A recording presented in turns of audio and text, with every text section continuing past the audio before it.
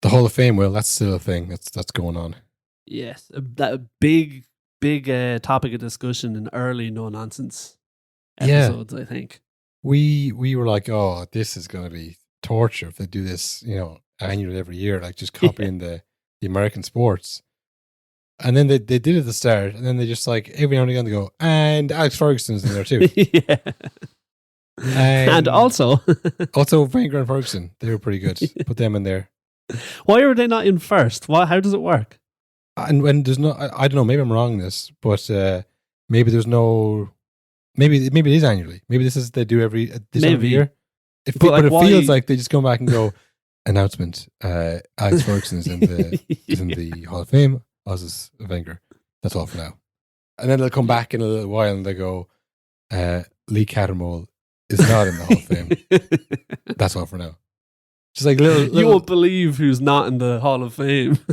Is it just like the lads sitting in the room going, thinking of lads who should be in the Hall of Fame, and then someone goes, lads, Ferguson, he's in there. No, I don't think you put him in.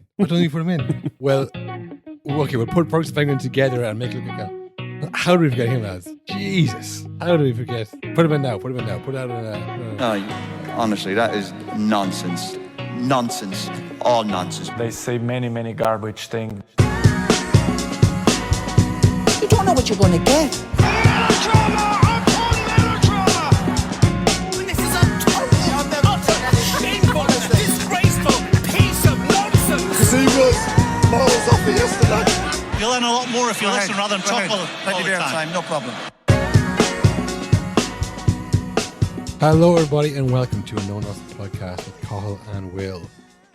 International games, Will, they can be a bit boring sometimes. They can be really exciting.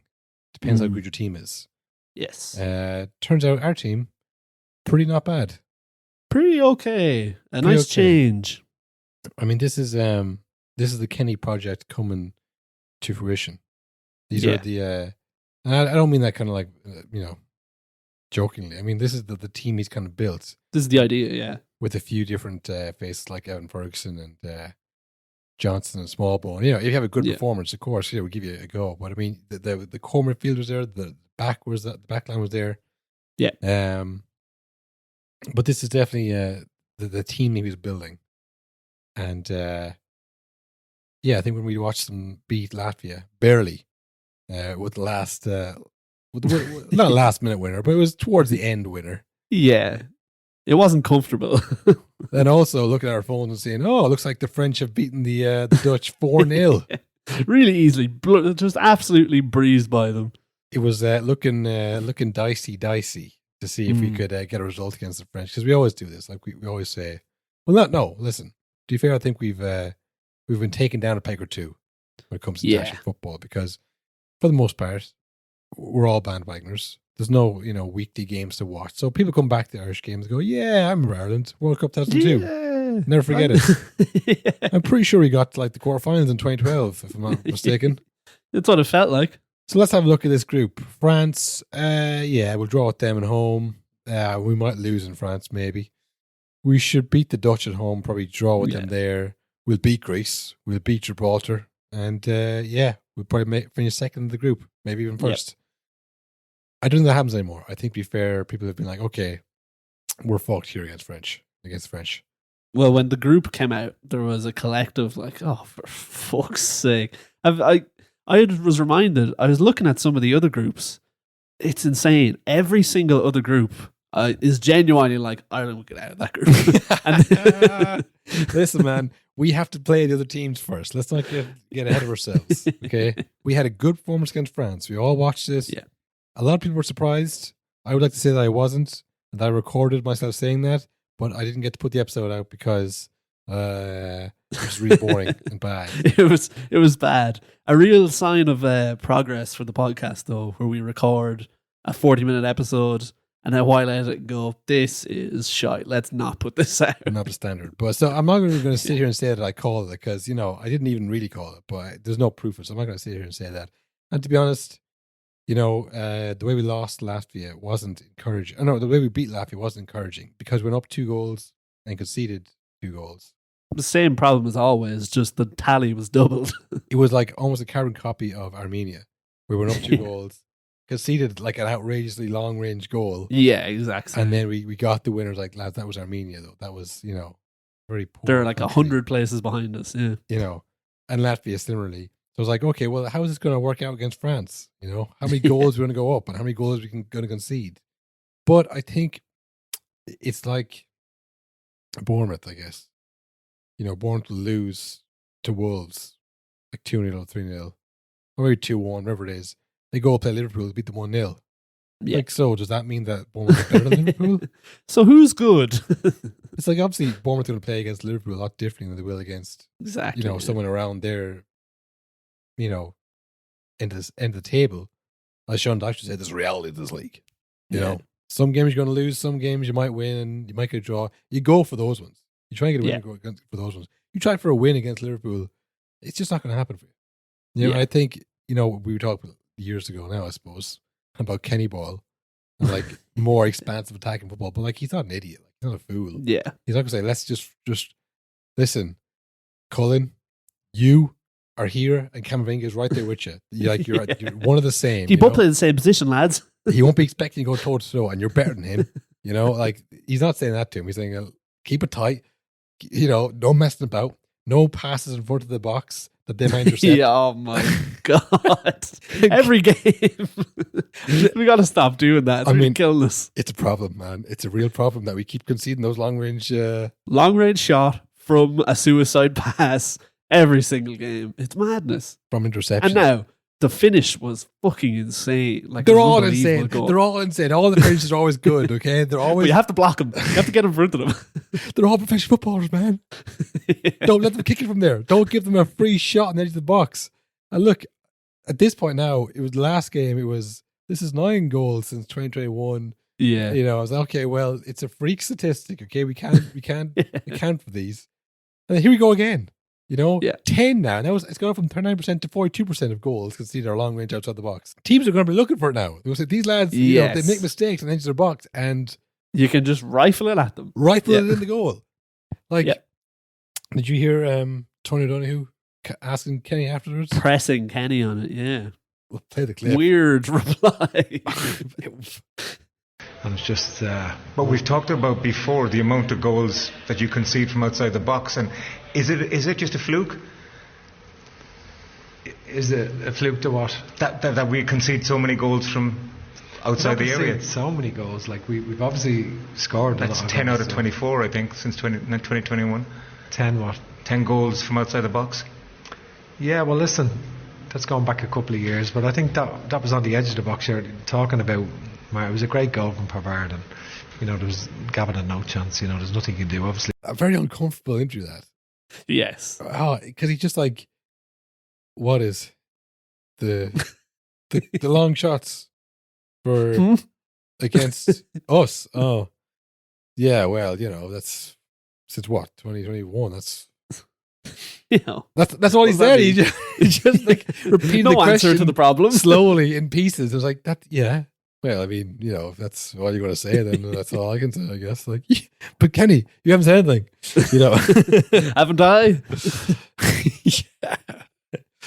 And I guess it was kind of like, afterwards, like, wow, we only lost 1-0 to France. It was all very positive. So seeing that interview was kind of like, oh, I thought you were going to go easier on there, Tony. But I guess, you went for the whole, why is this happening? Why are these bad things happening all the time? Which, in hindsight, I guess is pretty fair. Yeah. Did you see Brian Kerr also? Not impressed. No. Pretty scathing. He was basically, the gist of it was, but it's a 1-0 loss. Still, we need to start winning games. Come on. Today is not the day for that now. Like, we were never going to win that, really. Well, that's, I don't know. I don't think that same kind of mentality of like looking at a group and being like, yeah, those countries are shit. Like, whereas I think most people have come to the reality that we're a bit shit. Yeah. And no, I get, maybe he's saying that in the case of, well, if it can't be France and like we're going in like, oh, 1-0 loss, that was pretty good. It's going to be the exact same against the Netherlands. Greece are going to be tough. So I get what he's saying of like, you have to start getting some kind of results somewhere. Yeah.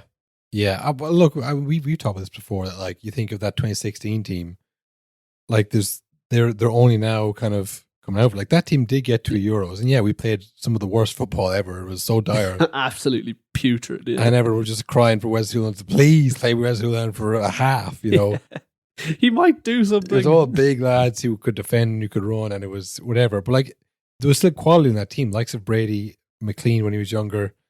West Hewland was in there as well.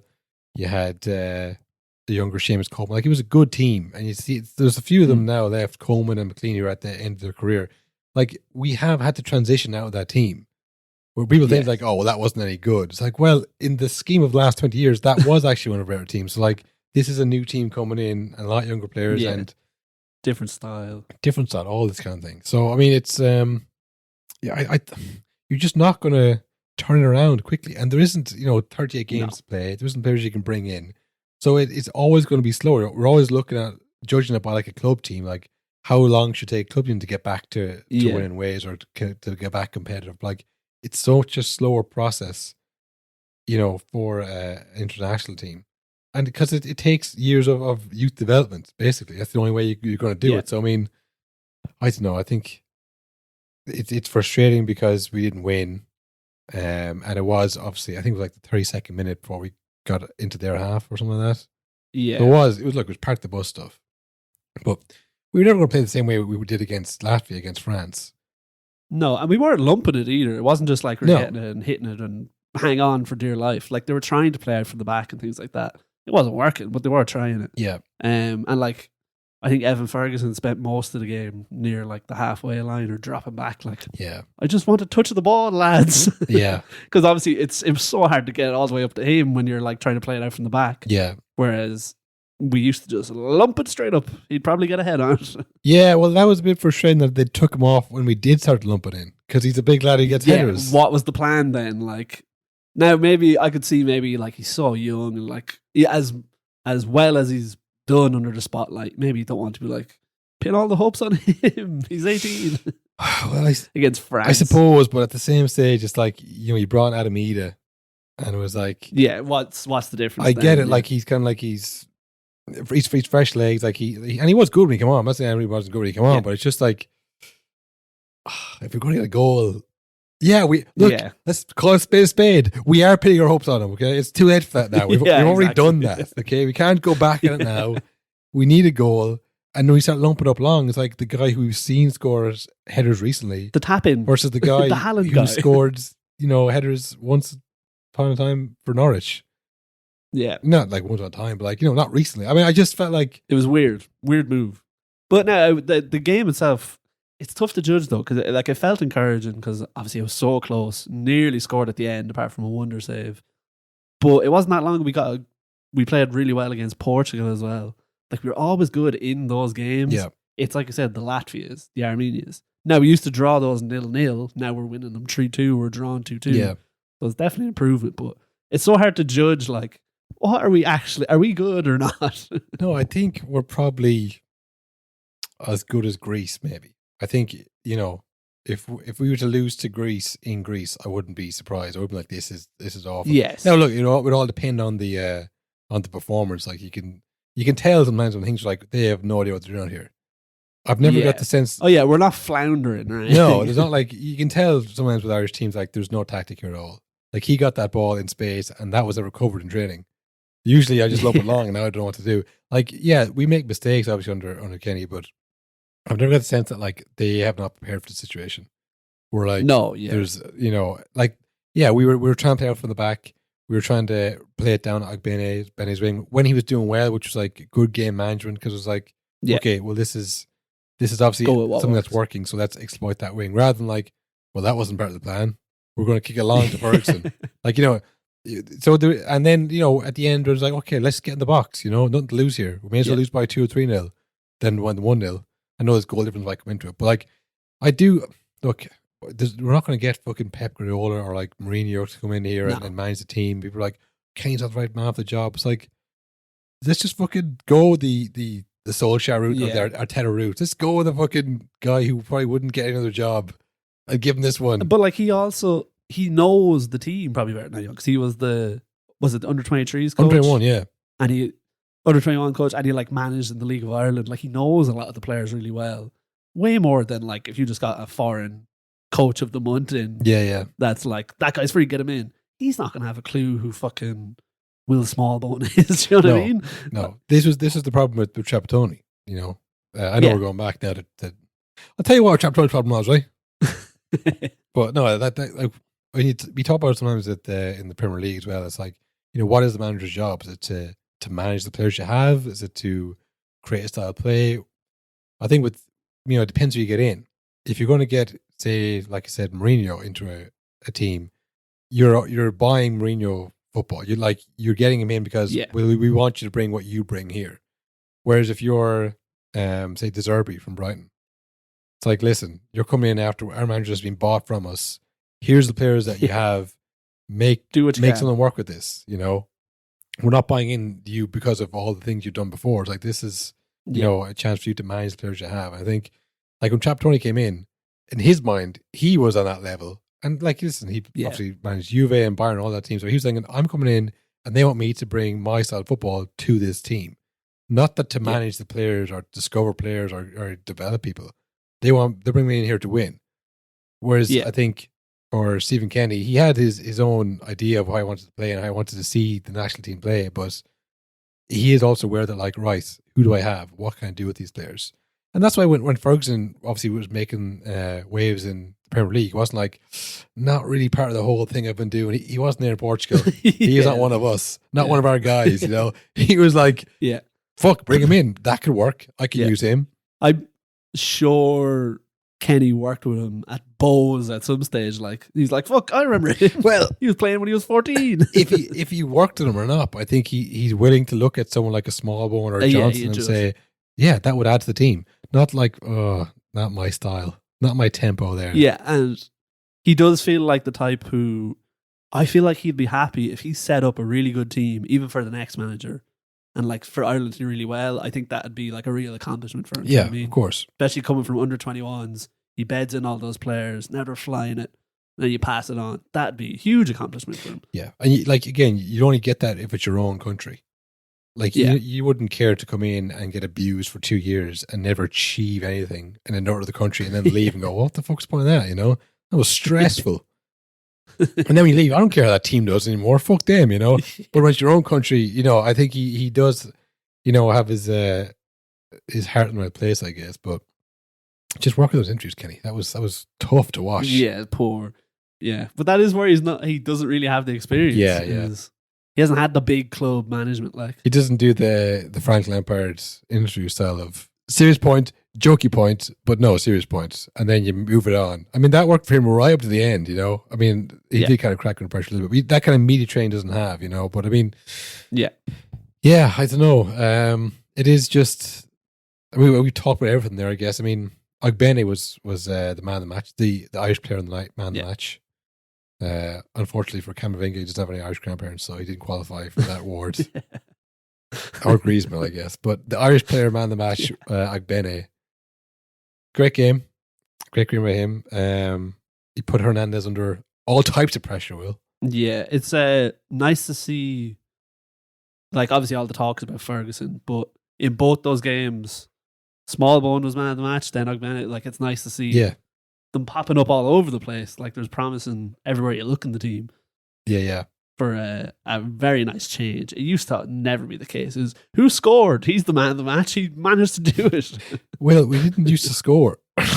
That's true. It was completely random. If Coleman wasn't playing, it was completely random. Like, that's Randolph, man of the match once again.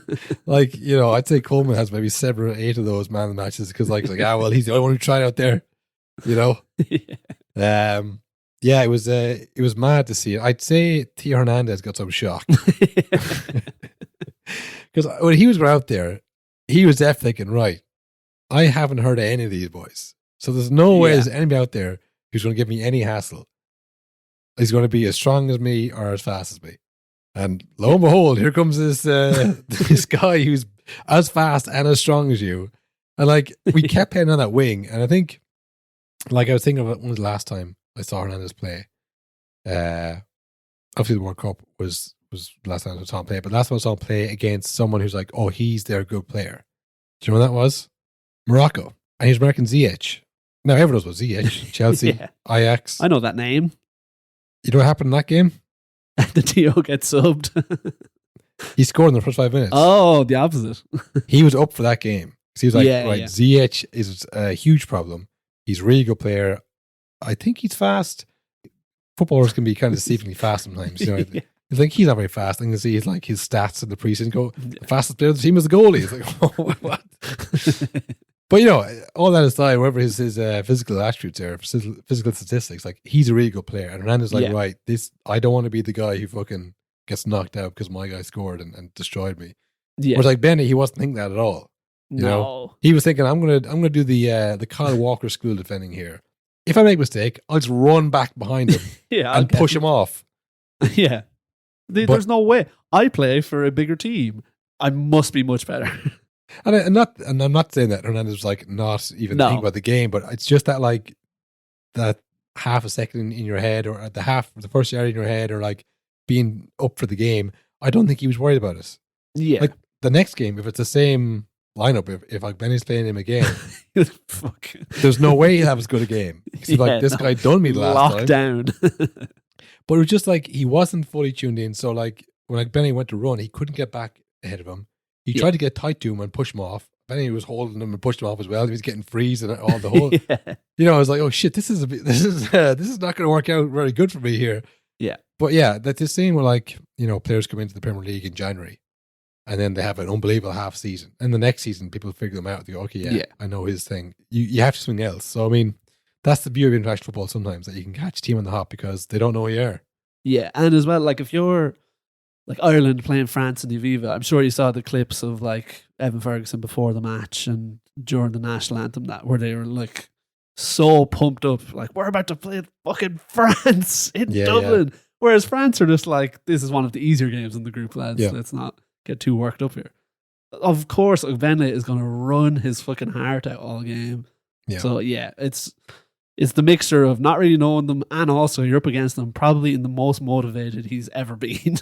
Yeah, this is huge. And this is the you know, you get the call for Ireland. You're not thinking of, oh man, Saturday night against Armenia. That's the I can just think, oh, my family watched me, you know, putting on that jersey. But that's how, you know, you're not thinking about the game against Armenia. You're thinking about the game at the World Cup final against Brazil. You know, this is the game against France, who were in the World Cup final. They were, you know, world champions. Like, this is the thing you dream of. Like, this is not the international duty this weekend, lads. It's like, this is huge. This is one of the biggest games of my life, you know? Yeah.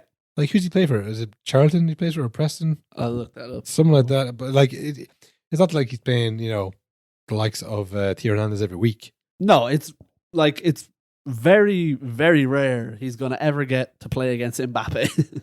Yeah, the Beyonce pitches Mbappe. Like, he plays for Rotherham. Rotherham, sorry, that's what it was. Yeah. They League One? Championship. So, like, this is as big as it gets, really. Like, until, look, if you qualify. But right now, this is the biggest game of his life. Yeah. And as well, you're trying to stake your claim in this new team where, like, there's new players popping up every week. It feels like you need to perform. Yeah, because I mean, I know Edie came on, Obafemi came on as well. Mm-hmm. Like, there is options that come on from the bench as well. It wasn't like you're bringing on people like, oh, you know, Paul McShane wasn't coming on to tighten things up. You know, it's like, oh, here, like there's competition in your place. I mean, but look, I mean, I don't know. I've done my best there to take away from it, but he did have a good game, despite what I just said. And yeah, look, that's all you can do. Like, if you can only play who's in front of you. If he's not tuned into who you're playing, then whatever. Yeah. But yeah, it was good. The whole thing was enjoyable to watch. It was exciting, but it's just the feeling of like we probably maybe could have got a draw. Yeah, if it wasn't that mistake. And I mean, like the wonder save is insane. Everyone thought it was in. Yeah, I mean, I've never heard, you know, a goalie who wasn't playing being mentioned so much when another goalie, like, he retired, was their all-time record appearance holder. I was like, thank God that wasn't a recent goal. That definitely would have gone in. Definitely, like, beloved player by the French team. Yeah, well, honestly, man, he's just he gets so much abuse. Every time I defend him, he lets in a howler the next week. So I mean, maybe I should just lay off him right now because I'm only setting him up for a disaster again. But like, big game for Spurs at the weekend coming up. Yeah, World Cup winner, doesn't matter. You're shit in our eyes, Hugo Lloris. But yeah, Big Mike won the league with Lille against PSG a couple of years ago. Remember that team with Renato Sanchez in it? Yep. And your man for the Turkish striker, Yilmaz, yes. Euros flop. Euros flop. Yilmaz wins league with France. Won the league with Lille in France. Mike Maignan, obviously that team got broken up, of course. Yeah, immediately. He went to AC Milan and won the league with them. That's pretty good. The two-time, back-to-back, Mike Maignan, of course you're going to save that. You know, you're going to do a lot better than that to save that goal. But yeah, he was like a fucking cat in there. Just like the way he got up, just legs everywhere. Yeah. Unbelievable save. But that could have been it. That could have been the draw, but it wasn't to be. I guess now we look forward to June. That's when the next one is, isn't it?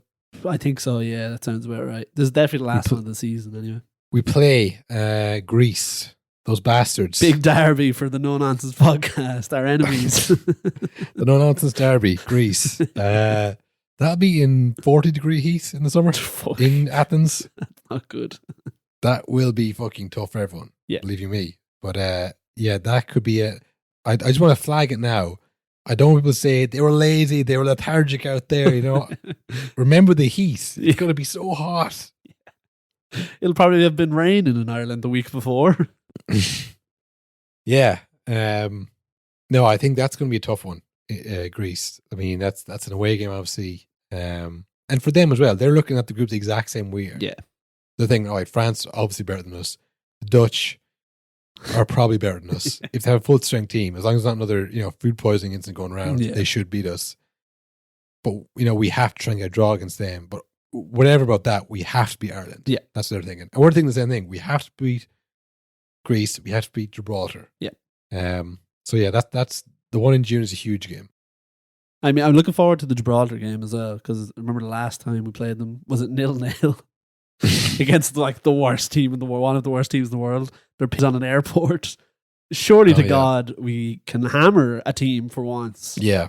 Well, they played the Dutch, the other game in the group. Home of the Rock, of course, Gibraltar. And what the Rock was cooking was the 3-0 defeat. And 50 shots on target. That was without their full strength team. I don't know if Gakpo was back in training. I don't know if he made the squad, but yeah, as you alluded to there, Will, they had 51 shots in the game, 12 on target. Not great. Not a great conversion. And scored 3 of those 12 shots. So, I mean, does the term turkey shoot mean anything to you, Will? I tell you what's worrying. By the sounds of that, they were rifling shots in from outside the box from long range. Not looking forward to playing the Dutch. They must have got their fixtures wrong. They thought they played us. Yeah, honestly, like if we play Greece and they score a long range shot, like questions have to I be might asked. turn on Kenny. Yeah. I might say, Kenny, you know what? I give you a lot of leeway, but it's been 6 months and they're still doing this. Yeah, Greece beats Gibraltar, I think, in the first game 3-0, and then the Dutch, despite their poor shooting, beat them 3-0. Yeah. So that's kind of our goal. Mm. Because, like, again, if we want to beat or we want to draw with the Dutch, or I guess we have to beat them, don't we? It's first go straight through, second is a qualifier. I think so. It's something like that. Where it's going to be very difficult for us. So basically, we're looking at we have to draw with the Dutch in Amsterdam and then beat them at home in Ireland. Yeah. So yeah, look, I think we play Greece first, then the Dutch. That sounds right.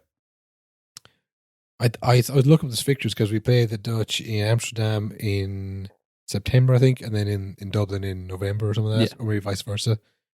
But I don't know if we must play Gibraltar before that then, because it goes back to back. I mean, like it switches around. So I think it goes like France, Greece, Gibraltar, Dutch. Yeah, and then the Dutch again, Gibraltar, Greece, France. Yeah, I think that's how it works.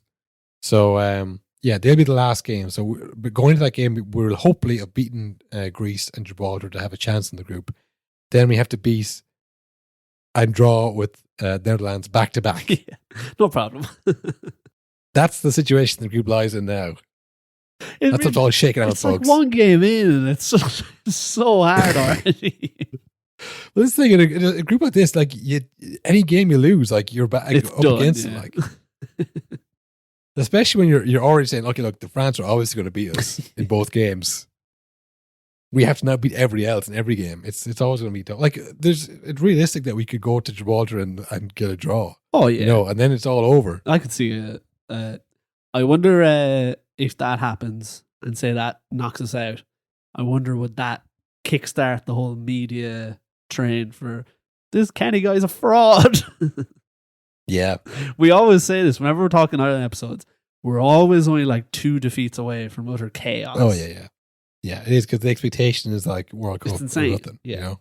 So, yeah, look, I think I've been encouraged though. There's again, at the end of it all, right? It's entertainment. And those 2 games are bloody entertaining. Yeah. I mean, yeah, it's a rarity for like an international break to come and to be like, oh, savage. I can't wait for that. I'm looking forward to how the game's going to go, how the team's going to perform. You know, how's Jason Knight going to do against Camavinga? Yeah. You know, who's he going to pick? With He has like- so many options. yeah. Like I hope Obafemi, you know, turns on again, you know, that kind of stuff. But yeah, no, it's definitely better than it was before he took over. Oh yeah. And maybe at the start when he did take over. Yeah, You know, it's we've come a improved. long way. I think you have to think of where we started. Yeah. is what I'm And trying to say. that is something as well. Like, obviously, there was the mistake leading to the goal. But you remember the first Yeah. few Kenny games where it's just like, this is never going to work. What are we doing? Where just every pass was wayward. We kept giving the ball away. Couldn't play it out from the back. It's worked its way Yeah. up pretty nicely. Now it's like, all right, there's a mistake here and there, but it's not the system's fault. No, it's like, you know, like an addict. Yeah. They say, listen, if you want to actually improve, you have to hit rock bottom. Yeah. You have to get to the bottom so that, listen, there's nothing to lose. Everything you do well is a huge game. Yeah. So, like, yeah, we were putting passes straight. Like, we're putting passes together. We're trying to pass the ball, you know? So, like, that's where we're at. And now you see it where we're, like, you know, able to play out. We're attempting to play out from the back against France. Yeah. We would not have done that. No, God. Under Martin Neal, under the start, you know, 2 years ago. We wouldn't have even thought of it. Yeah. So, I mean, look, it's all good. It's all positive. And we have young players coming through. I mean, what more can you really ask for? Yeah, exactly. From where we are. Young players coming through, playing well. Great atmosphere, apparently, in the Aviva. Looked at I it. mean, I'd love to go to the next game, honestly. I'd look to go to the game against the Netherlands Yep. in the Aviva. That'd be savage. Yeah, that'd be good crack. But before I wouldn't have said that, you know? No, yeah. Before I would be like, no chance. They're giving tickets away for free a couple of years ago. Yeah. So look, I don't know. Maybe I'm just a bit biased and over positive, but I think it's much better than we were. Yeah, And for sure. That's a big step. Yeah. Now I'm just sad it has to end, Will. Back to the Premier League, back to the slog. Well, I suppose this is the kind of the home stretch now, isn't it? The run in. Yeah, this is. I think it's like 10-ish games. I know people have or teams have games in hand, but I think it's around 10 games, and it's like it's crunch time. This is the no more breaks, so it's right through. Where are we on the squeaky bum time o'clock? Not there just yet. Not there just yet. The trousers are down our knees, though. I'd Yeah, say. the shoes are off for sure. Do you take your shoes off when you go to take a shit? Only big ones. If the pants are This coming is a all big the one. way, Listen, if Arsenal fucking win the league, the shoes are coming the off. socks are off. We are And if I think fully City- nude on the toilet if Arsenal are winning the league. If I think Man City are about to bust through that door, you know, maybe I wish I hadn't taken my shoes off. But for now, I'm getting comfortable. I'm taking my shoes off. I'm taking maybe a t-shirt off as well. Hey, maybe I'm tops right now, and the trousers are coming down around the knees. Put my I'm ready to pants on the celebrate. towel thing, like in the Scrubs. The toilet paper is still firmly in the rack. I haven't reached the toilet paper yet. It's not squeak bum time yet, but we're getting there. Yeah. We're getting very comfortable in the stall. We may hear some outside about to bust in, but we're not sure. We think we're safe till the job We're gets going to done. pop our headphones back in. So that's where we're at, folks. That's a quick rundown of the Premier League coming up in analogy form of us taking a massive shit in a public bathroom, I think. That's a good clip, I think. Yeah, that could be a clip. Get to know what the pod is all about. Well, actually, I meant to say this.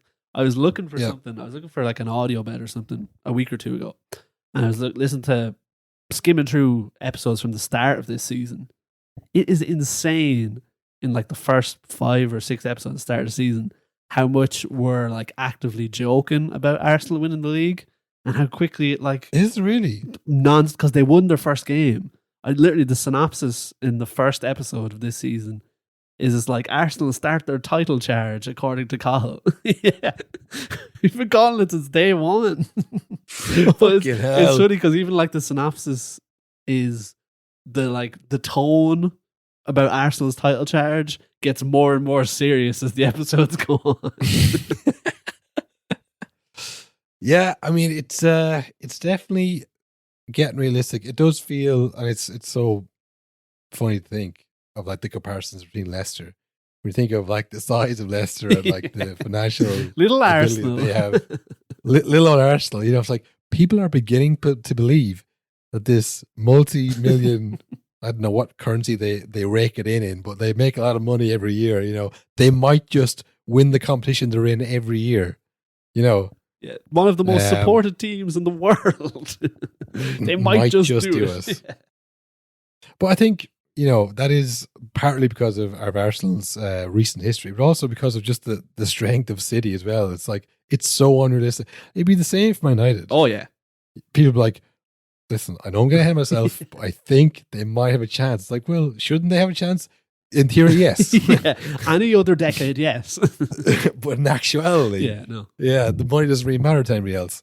So yeah, it's mad to think how it's all going to go. I haven't really been following, you know, Arsenal players over the international break. I did see Haaland was injured again for Norway. Interesting. I'd be raging. Imagine we had like, I know we have Evan Ferguson, who's probably better, just more skilled, better player all around, younger. But if you had a player like Haaland, you know, who's banging these goals, he was injured for it was a challenge game against us, just before the World Cup. He had no interest in that one. He's like, nah, injured for that one. Yeah. They lost one of their qualifiers. He was injured for that too. Yeah. They'd be like, oh, that's a huge game for us, Erling. Odegaard was here, he played. Yeah.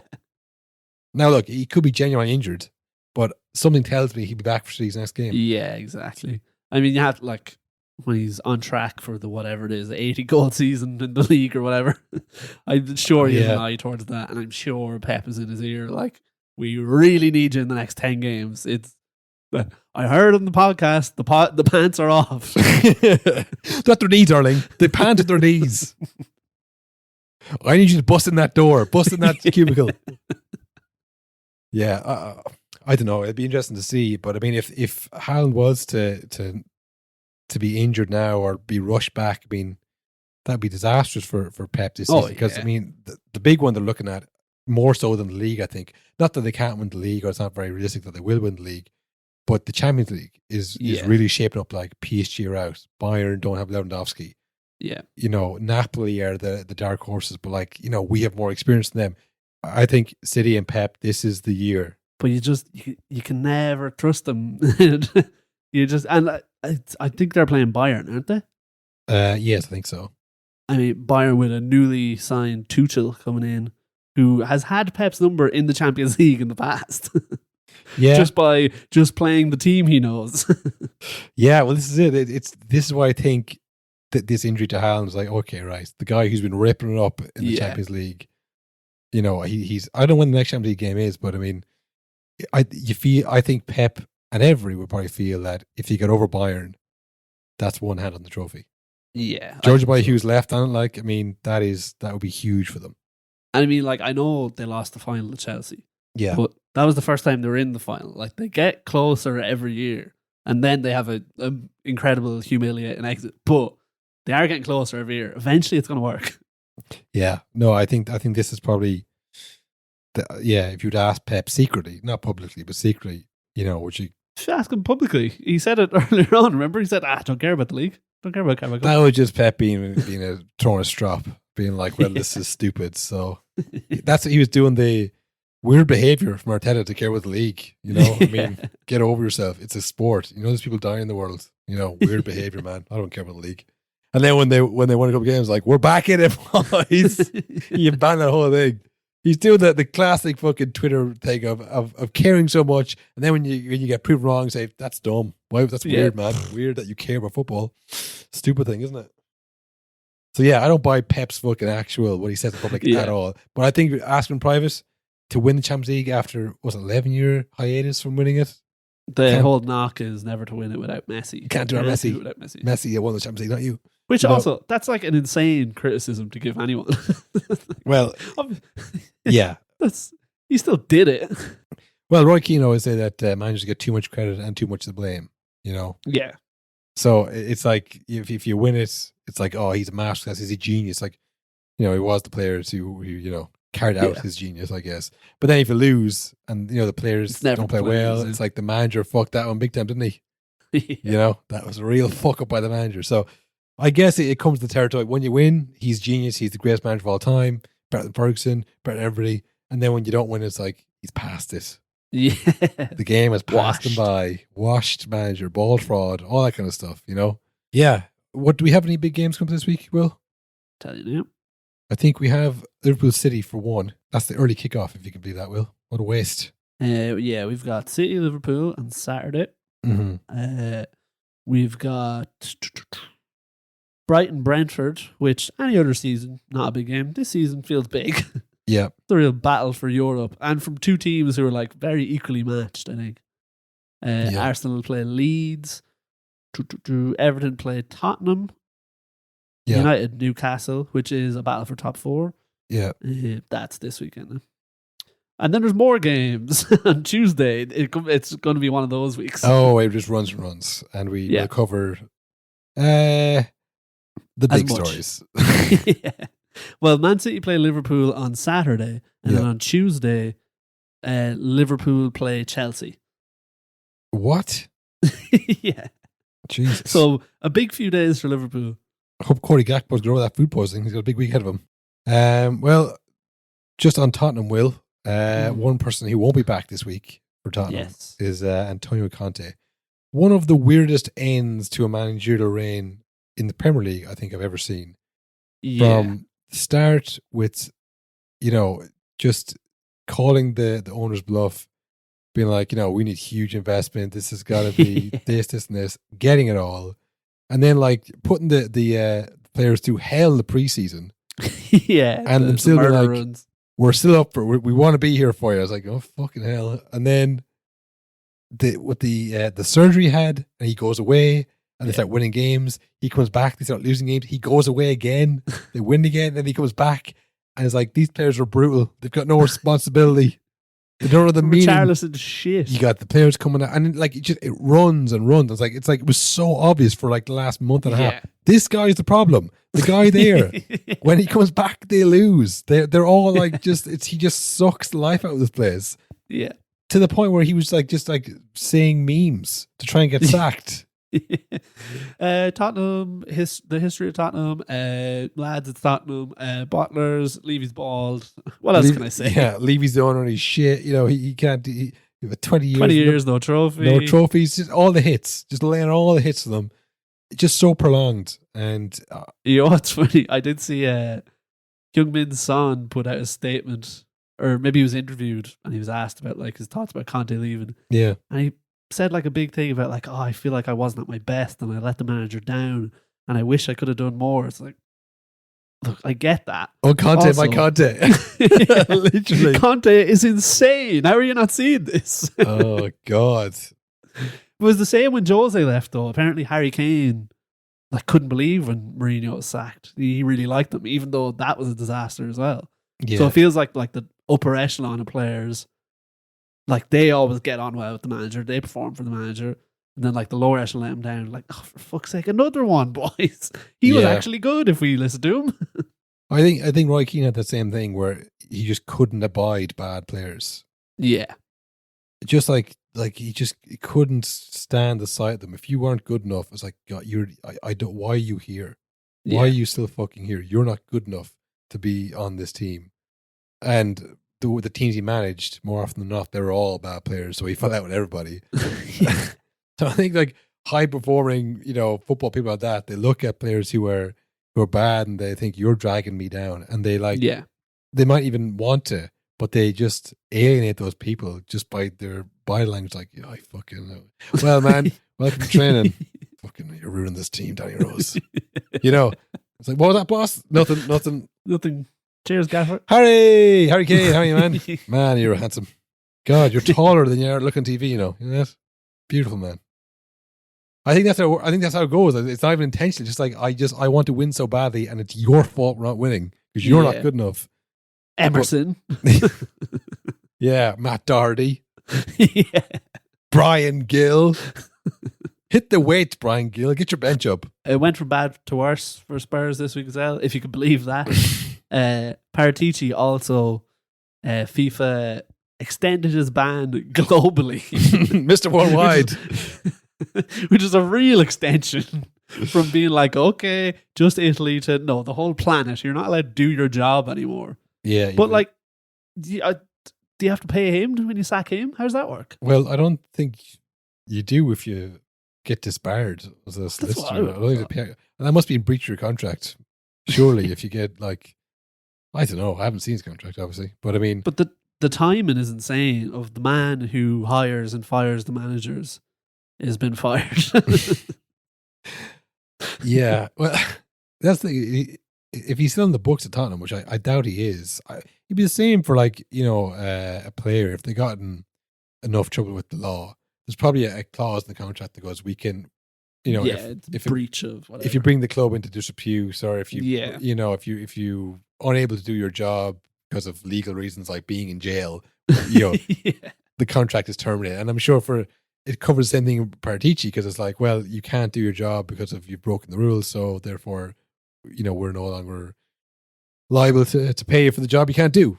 I was assuming something like that. I haven't looked into it, but I'd say he's gone. Conte's gone, and maybe this is why they're waiting on sacking Conte. Like, okay, well, we don't know how this is going to play out with Paratici. We have to get 2 jobs in the one go. It's interesting. They're none of Conte's staff, maybe like one of them, most of Conte's staff have stayed, and they're managing the club until the summer, which is pretty rare. Normally when a manager goes, everyone fucking goes with them. Like, yeah. Well, usually because if they don't go, the new guy will come in and sack them anyway. So it's like, well, may as well just go now and save face. But it was like, lads, you won't be sacked. Like, right, we'll stay then. That's nice. Yeah, we've no one. Yeah.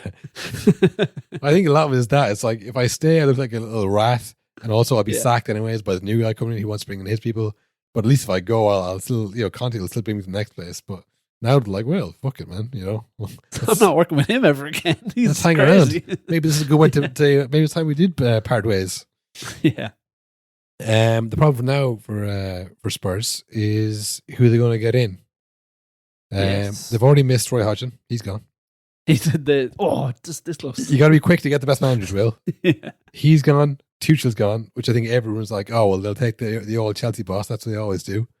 Apparently, that is why Tuchel is gone, because Bayern heard Tottenham were sniffing around. No way. And they were like, oh, we don't really like this Nagelsmann guy. Fucking pull the trigger. Go. Yeah. He lost yesterday, that Leagu. Yeah, Nagelsmann is really, really, really doing badly in Germany. He's second in the league, Will. Yes, I think by a point when he got sacked. Very much still in the Champions League, but I mean, just... about to play the league leaders. An embarrassing display. Embarrassing display of Nagelsmann. He should be fucking ashamed of himself. You should fucking ride a skateboard like a clown. What a week he had. Did you see his wife or his girlfriend left him the day after? He's a joke, Will. He's a fucking failure. Why wouldn't she leave him? Spurs stay with him this long. But we should have known the writing was on the wall, because I messaged you. Did you hear what Nagelsmann was doing when he got fired? He was skiing. He was on a ski trip. We all know that's a no. Can't do that at Bayern. Serious no. They hate skiing during the season. Leave that for the fucking winter break. That's why we have the winter break, for skiing. You're not seeing. Xavi said it first. We've said it on this pod a few times. No extreme sports if you want to win the league. Yeah, no, it is funny. Some of the stuff that would come out, like one of the ones was he should do a skateboard to work. Can you believe that? And there's like he was skiing, which is like on his day off. I mean, Yeah, during the international break. like, well, he's not a player. He can do his job on crutches. I mean, he doesn't need to be. You know, like some of the stuff was kind of like I think they just maybe didn't like him, didn't fancy him. Yeah, and they're just like, fuck it, get Tuchel before we lose him to Tottenham. No way. But yeah, Tottenham. Listen, if Nagelsmann comes in, tough job. It's always a worry, I think, when not an unproven manager, but like when a less experienced manager comes to the Prem, it does feel like the media is just ready to tear them to shreds. And like the fans as well. It's like, oh, this guy's a bluffer. It'll never work here at Tottenham. Yeah, they might give him the first end of this season. Like, look, what's he meant to do? Coming in, no signings, etc., etc. But you know, all he has to do is bring a few bad German players, and it'll be down his throat. Yeah. I suppose the Patreon. We're still doing that, are we? We are. Yeah, we're doing our best. Yeah, look, with the Patreon is up and running, folks. Mm. You subscribe to that, you get 2 extra bonus episodes a week. 1 football, 1 non-football. Yeah, we're calling it After the Nonsense. Yeah, like a chill kind of an evening chat vibe to it. You know? Yeah, we talk about all types of stuff. It's got like a smooth jazz intro music thing. It's very cool. Oh, it's going to really, make you unwind for the day. Just 2 of the boys chatting about all sorts of stuff, mainly things they've seen throughout the day. Yeah. Here's a clip. Yeah, I was doing a bit of investing. Mm-hmm. You'd mentioned it once or twice here and there. A little bit of speculative stuff. I mean, I get dividends. I read that was the key to it all, that like the key is to buy high, sell higher, invest in companies that have been around for, 60, 70 plus years. Yeah. That aren't going anywhere. There could be like a financial snafu, like, I don't know, the 16th biggest bank in the US failing overnight. When is that going to happen? How often does that happen? And all your long-running banks and tech companies that you invest in who pay dividends to avoid tax just drop like a rock, and you've lost hundreds. But you know what, Will? What goes up must come down, and what must go down sometimes goes back up again if you wait long enough. That's what the market is telling me. There'll be new banks. Everybody needs a bank, don't they? As a big podcaster, it should be influencing people. This is how they got Musk. Me and Musk. Imagine anyone listening to this episode of the podcast and going, I think I'll get involved in stocks. Or taking my advice on this. Do you...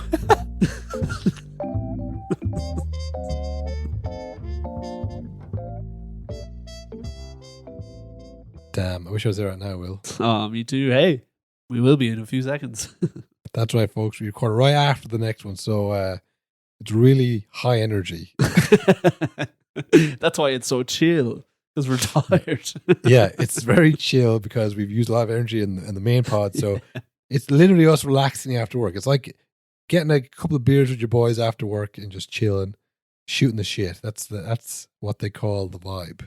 If you want to listen to that, and the bonus one, also there's the backlog of all the ones we've done. Yeah. They don't disappear or anything, so you can go back. They don't age. Patreon.com/no-nonsense-pod, or if you check the description of this episode, there should be a link right there. Yeah. I tell you who probably was listening to that very chill episode on the Patreon, Will. Who's that? The players for Curraclow. Oh, yeah. I don't think it's called the Curraclow, but that's what I thought of first when I saw Messi scores hat-trick for Argentina to take it past 100 goals. Like, oh, it must be the Copa America qualifications. Like this island called Curacao. Like, Messi beats Curraclow 7-0. Yeah. I couldn't make heads or tails of what was going on in that game. I saw so much celebrating and trophies and awards, and I was like, was there another tournament? Yeah. I mean, this tiny island that they're playing this like ceremonial game, and like Messi scores on the hat trick, and it's like, yeah, sure. Anybody score a hat trick against them, but that's the same with records, Will. If anybody could do it, Yep. then why haven't they? Why If haven't Evan Will? Ferguson scored a hat-trick against the Aran Islands, I'd be fucking buzzing. I'd be presenting the trophy myself. Yeah. I'd be putting a little cape around him. Yeah. The no-nonsense cape. Like, not letting go of the trophy. Like, give it back, give it back. Honestly, that is nonsense. Nonsense. All nonsense. They say many, many garbage things. You don't know what you're going to get. Melodrama upon melodrama. This is a utter, shameful, disgraceful piece of nonsense. He was miles off yesterday. You'll learn a lot more if you listen rather than talk all Plenty the of time. time, no problem. You know what? You know what this brings us on to? What? Who is the newest inductee in the No Nonsense Hall of Fame? Oh. We've got Sean Dyche. Yeah. We've had Timo Werner. Who's number 3? Who's going to be this year's? We've had Halil Akbanar, of course, as well. Halil Akbanar, yeah. Well, you know, I don't know. I haven't thought about it, Will. You guys just, what's this, improv class?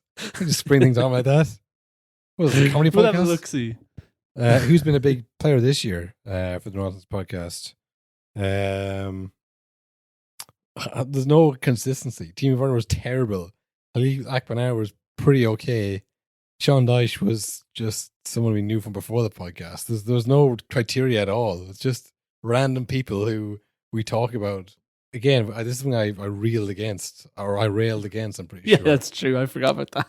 That was another bit. This is very much like wrestling, where we're just like, oh yeah, sorry, that wasn't the bit. He actually was a disco man before this. Now he's a cowboy. So. Just forget about it. No one's listening anyway. Just do it. There's that one guy with the stand with a sign in the crowd says, I know you were a cowboy before you were a disco man, but he'll stop coming eventually. He'll grow out of it. I hate you, cowboy. Bring back disco man. Yeah. Disco man. Disco man. Vince is getting out of control again. Damn it. Turn down the crowd. They only did 2 SmackDowns. That's it. How do they fucking remember?